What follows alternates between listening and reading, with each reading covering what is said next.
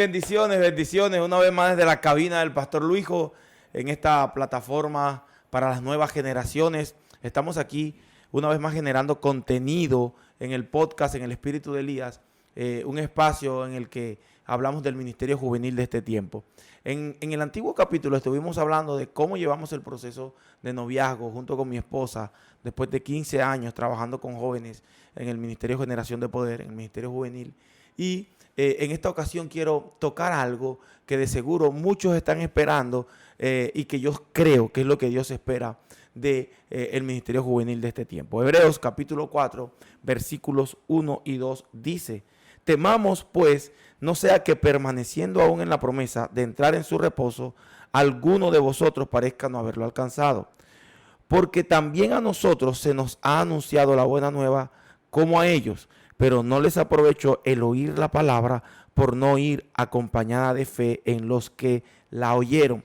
En mi canal de YouTube van a encontrar dos prédicas específicas sobre generación profética, así que pueden ir y encontrarlo. Sin embargo, en este texto hay algunos aspectos claves que yo quisiera mencionar. El autor a Hebreos, a esta carta, dejó señalado algunas tópicos o algunos términos que pueden llamar nuestra atención para paso a paso llegar a donde Dios quiere que lleguemos como una generación profética que debemos ser. Primero habla de que temamos. Con firmeza habla de un temor, obviamente que no se refiere al temor que trae en sí mismo castigo, sino que se refiere a ese temor reverente, a ese temor de Dios. Ahora, ¿ese temor para qué? Porque más adelante dice: no sea que permaneciendo aún en la promesa de entrar en su reposo, alguno de vosotros parezca no haberlo alcanzado. Tengamos el temor suficiente para permanecer en lo que Dios ha dicho, para permanecer en lo que Dios ha prometido, y no sea que alguno de ustedes considere estar en ese reposo o entrar en ese reposo y al final no lo hagan. Más adelante habla de que todos escucharon las buenas nuevas, pero solamente los que lo escucharon acompañado de fe, pues pudieron permanecer, pudieron avanzar, porque dice: porque también a nosotros se nos ha anunciado la buena nueva como a ellos, pero no les aprovechó el oír la palabra de Dios por no ir acompañada de fe en los que la oyeron. Esos términos son impresionantes, pero ¿a dónde yo quisiera apuntar? Yo quisiera apuntar cuando él habla de entrar en el reposo, y es allí donde muchos especialistas empiezan a dar su punto de vista, empiezan a dar su perspectiva. Algunos creen que se está hablando del día de reposo, otros creen que se está hablando de aquel momento en que nos encontramos con el Señor y se hace claro lo que dice 2 de Corintios capítulo 5 versículo 17. De modo que si alguno está en Cristo, nueva criatura es, las cosas viejas pasaron, he aquí todas son hechas nuevas. Pero en el texto central encontramos lo que yo considero unas claves específicas para saber a qué se refiere él con reposo. Hebreos capítulo 4, versículos 2 y 3. Porque también a nosotros se nos ha anunciado la buena nueva como a ellos, pero no les aprovechó el escuchar la palabra por no ir acompañado de fe en los que la oyeron. Y luego dice: porque lo que hemos creído entramos en el reposo, de manera que dijo: por tanto juré en mi ira, no entrarán en mi reposo, aunque las obras suyas estaban acabadas de la fundación del mundo. Se está refiriendo a aquella transición del pueblo desde Egipto a través del desierto para llegar a la frontera, en este caso, de la tierra prometida. Ahora, dice claramente: por tanto juré en mi ira, no entrarán en mi reposo. ¿A qué le llama entrar en mi reposo? Le llama a entrar a la tierra prometida. Es decir, el pueblo dejaría de estar en el desierto, dejarían de ser vulnerables, dejarían de estar expuestos a ciertas circunstancias que solo en el desierto se viven, y ahora van a entrar en el reposo, en la tierra prometida, en la tierra que fluye leche y miel. Y óyeme lo que te voy a decir ahora. Él le llama reposo al cumplimiento de lo prometido. Él le llama reposo al cumplimiento de lo que Dios un día declaró. Y yo creo en esto. Y yo creo que la generación de hoy en día debe creer en esto también. Siempre que hablo de esto, tengo que dar testimonio de que hay algunos componentes.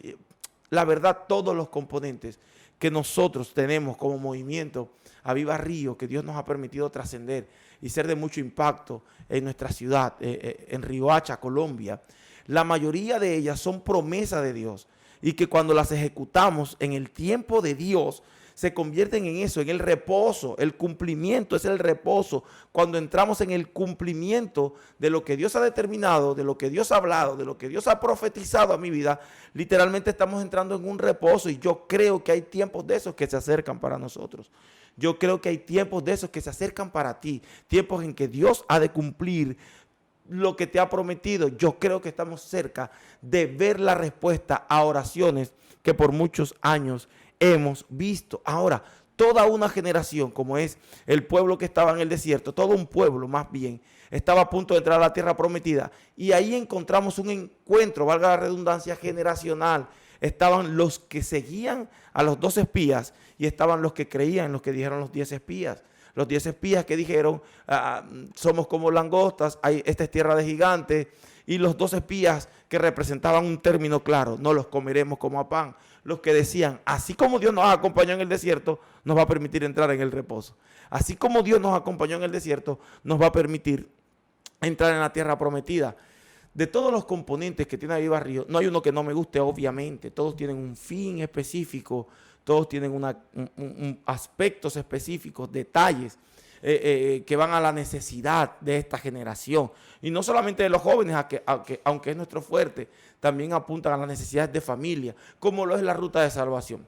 La Ruta de Salvación no es un evento meramente juvenil, sino que es un evento para toda la familia. Es un día para toda la familia. De hecho, en una de las estaciones hay un espacio para la familia, no voy a entrar en detalles. Pero ese componente, como lo es la Ruta de Salvación, tiene algo característico, y es que un día Dios nos habló de él. Estábamos en un campamento, cerrando el campamento de líderes, y en ese momento nuestra pastora habló de algo que veía. Ella veía que estábamos como hormiguitas, decía en ese entonces, en la calle Primera. Luego, cuando llegó el evento llamado Ruta de Salvación, dicho sea de paso que cuando esto se declaró, nosotros no teníamos ni por la mente hacer algo así. Cuando llegó el día de la Ruta de Salvación, algo que Dios nos fue dando, y vemos que hay cerca de 1000 personas, me acuerdo que quien nos estaba ayudando en la producción me mostró la imagen, y en ese momento me acordé de la palabra profética. Literalmente, en ese momento entramos en el reposo de lo que Dios ha hablado. Y para poder contextualizar todo esto y para poder ir aterrizando esta idea, es importante que entendamos que tenemos a un Dios de promesa, y es importante que entendamos que entrar en el reposo es entrar en el cumplimiento, y que hay un tiempo de Dios entre la promesa y el cumplimiento y el reposo. Hay un tiempo de Dios que nosotros debemos comprender, debemos prepararnos, debemos tener algo, un ingrediente especial que ya yo te voy a decir. Pero si estamos hablando de una generación profética, de lo que Dios habla, ¿qué sería una palabra profética? Una palabra profética es cuando Dios decide comunicar sus pensamientos y propósitos a la humanidad, y que estoy seguro que si nos apoderamos de ella, si creemos en ella, pues vamos a ver el cumplimiento. Pero ¿qué viene a ser la palabra profética? Repito, es cuando Dios decide comunicar sus pensamientos y propósitos a la humanidad. Para eso esta generación tiene que activar su oído. Para esto esta generación tiene que prepararse. Yo lamento mucho que encontremos generaciones que se estén levantando y estén desarrollándose, estén creciendo, lejos de este componente profético, lejos de escuchar lo que Dios ha hablado, lo que Dios habla, cuando Dios quiere hablar su propósito y su plan a esta generación. Es importante. Ahora, el día en que yo recibo una palabra profética, yo tengo que desarrollar algo que se llama estado de conciencia. Estado de conciencia. ¿Qué viene a ser ese estado de conciencia? Es empezar a actuar en el presente de una profecía que no se ha cumplido. Es concientizarnos, es empezar a actuar, es empezar a prepararnos, literalmente es empezar a soñar con ese día de reposo, con ese día en que la palabra se va a cumplir. Yo soy de los que siempre digo a los jóvenes, buscando inspirarlos, que mis primeros mensajes fueron con una peinilla haciéndolo a veces de micrófono y con un espejo haciéndolo a veces de auditorio. Y allí frente al espejo comenzaron mis mensajes. Yo empezaba a soñar con aquello que me dijeron desde que llegué a mi casa, desde que llegué a la iglesia. Me dijeron de que iba a ser un evangelista de multitudes. Muchas cosas no lo entendía, muchas cosas no la comprendía, pero empecé a soñar con las plataformas, empecé a prepararme, empecé a formarme, empecé a buscar a Dios, empecé a crecer espiritualmente, empecé incluso a trabajar en mi lenguaje, en mi forma de hablar, para hacerlo con excelencia al momento de transmitir el mensaje. Tener un estado de conciencia es no olvidar la palabra, es caminar bajo la palabra. En el mensaje que le hablé, que está en YouTube de Generación Profética, saco una sombrilla y digo, cuando nosotros tenemos una palabra profética, es como si caminar bajo ella, es caminar bajo una sombrilla y es tener la bendición de Dios. Y cuando yo recibo algo de Dios, lo pongo sobre esa sombrilla y camino bajo esa sombrilla, que es lo que me va a permitir cuidarme de las lluvias, de las distracciones. Ten seguro que el enemigo siempre va a buscar la manera de distraerte y de sacarte de ese propósito, de sacarte de eso que Dios ha hablado. Pero es importante que esta generación despierte en eso. Primera de Samuel 5:3, Primera de Samuel 3:1 dice, el joven Samuel ministraba a Jehová en presencia de Elí, y la palabra de Jehová escaseaba en aquellos días. No había visión con frecuencia. Ojo, que este es un momento muy parecido a los días de Samuel, de los inicios de Samuel. No había visión con frecuencia. Es que esta generación está, lo dije hace un rato, creciendo lejos de eso, creciendo lejos de escuchar la voz de Dios. En aquel entonces no había visión con frecuencia. Había un pueblo que estaba distante de él. Y como líderes y como pastores tenemos que impulsar, buscar, empujar a los jóvenes a creer en lo que Dios habla en este tiempo. Yo respeto las corrientes que no creen en esto. Yo sí creo en esto. Esto hace parte de mi esencia. Lo primero es que Samuel es el resultado de un milagro. Eso me gusta. Ana no podía tener hijos. Samuel es el resultado de que Dios puede actuar en la esterilidad. Y eso es poderoso. Luego Samuel es consagrado desde antes de nacer y creció en el templo. Y hay algo característico, que cuando Dios lo llama, Samuel no distinguía la voz de Dios y fue donde Elí. Ojo ahí, necesitamos Elí, necesitamos líderes, pastor, líderes que está conectado. Ojo allí, enseñemos a estos jóvenes a escuchar la voz de Dios. Enseñemos a esta generación a que Dios habla. Y él va donde Elí.